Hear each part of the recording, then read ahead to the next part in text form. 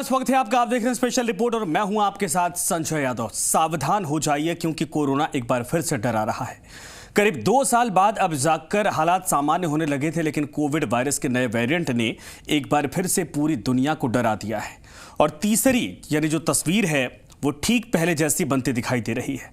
जब देश में कोविड का पहला केस आया और सख्ती बढ़ा दी गई, अब नया वेरिएंट ओमिक्रॉन आ गया है, जिसके बारे में कहा जा रहा है कि यह कई गुना ज्यादा तेजी से फैलता है।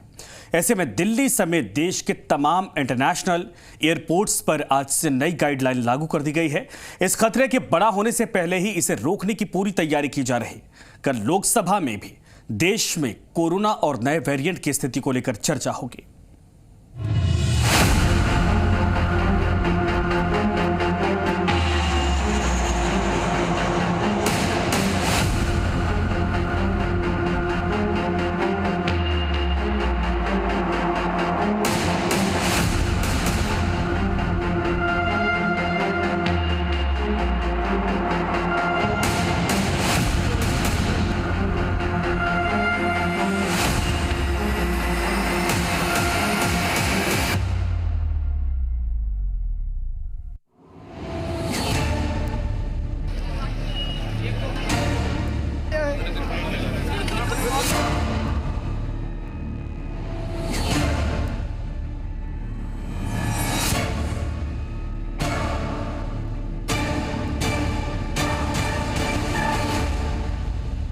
सावधान, कोरोना रूप बदल रहा है। सावधान, कहीं ये तस्वीरें संक्रमण को न्योता ना दे दें, क्योंकि अब दिल्ली में ओमिक्रॉन का डर है। ओमिक्रॉन कोरोना वायरस का नया वेरिएंट है, जिसे WHO ने वेरिएंट ऑफ कंसर्न माना है। देश में कोरोना के इस वेरिएंट का अभी तक एक भी केस सामने नहीं आया, लेकिन दहशत इसलिए है क्योंकि कल रात लंदन और एम्स्टर्डम से दिल्ली पहुंचे यात्रियों में से 4 कोरोना पॉजिटिव पाए गए हैं। चारों यात्रियों की RT-PCR रिपोर्ट में संक्रमण की पुष्टि हुई है और इनके ओमिक्रॉन वेरिएंट से संक्रमित होने की आशंका है, जिसकी वजह से चारों सैंपल जीनोम सीक्वेंसिंग के लिए भेजे गए हैं, जिसके बाद ही ये मालूम चल सकेगा कि ये कोरोना का कौन सा वेरिएंट है। जीनोम सीक्वेंसिंग की रिपोर्ट 3 दिन में आएगी। सावधानी बरतते हुए ये चारों मरीज दिल्ली के LNJP अस्पताल में आइसोलेशन में रखे गए हैं।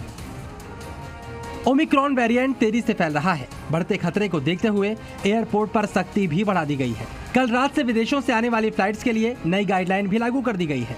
ओमिक्रॉन संक्रमण को रोकने के लिए कुछ देशों को एट रिस्क की श्रेणी में रखा गया है, यानी वो देश जहां से आने वाले यात्रियों में कोरोना के ओमिक्रॉन वेरिएंट से संक्रमित होने की आशंका ज्यादा है।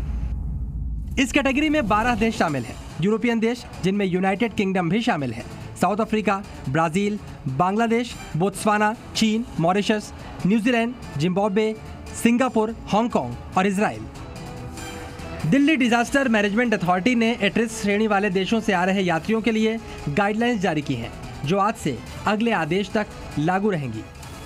एट रिस्क कैटेगरी वाले देशों से आ रहे यात्रियों को एयरलाइन सूचित करेंगी कि दिल्ली पहुंचकर यात्रियों की टेस्टिंग होगी, निगेटिव आने पर क्वारंटाइन किया जाएगा और टेस्ट में पॉजिटिव आने पर सख्त आइसोलेशन में रखा जाएगा। यात्री कोरोना टेस्ट के लिए सैंपल देंगे, इसका खर्चा भी यात्री खुद ही उठाएंगे। टेस्ट में निगेटिव आने पर 7 दिन होम क्वारंटाइन, इसके बाद 8वें दिन फिर से टेस्ट किया जाएगा। दोबारा निगेटिव आने पर 7 दिन के लिए सेल्फ मॉनिटर करना होगा।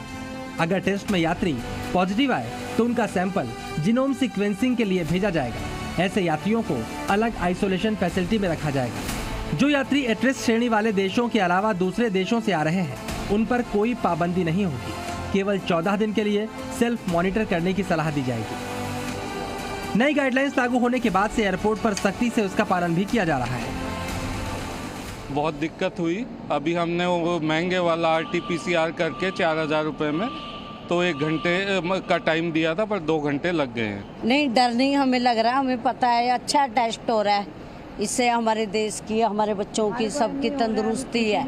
2 चीज़ें हैं। एक तो ये फ्लाइट जो थी पहले 5 साढ़े 5 घंटे में आती थी, लेकिन अभी वो शायद काबुल का एयर स्पेस अवॉइड करने की वजह से घूम कर आती है, तो वैसे भी टाइम ज़्यादा लगा, 9 घंटे लग गए फ़्लाइट के लिए।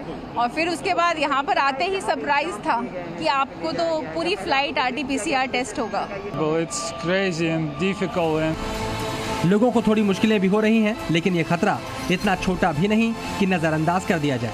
ओमिक्रॉन की वजह से पूरी दुनिया में दहशत है। ऐसा बताया जा रहा है कि ये डेल्टा वेरिएंट से भी तेजी से फैल रहा है। ऐसे में डर है कहीं जरा सी लापरवाही तीसरी लहर की वजह न बन जाए। दिल्ली से भावना किशोर के साथ ब्यूरो रिपोर्ट, जी मीडिया।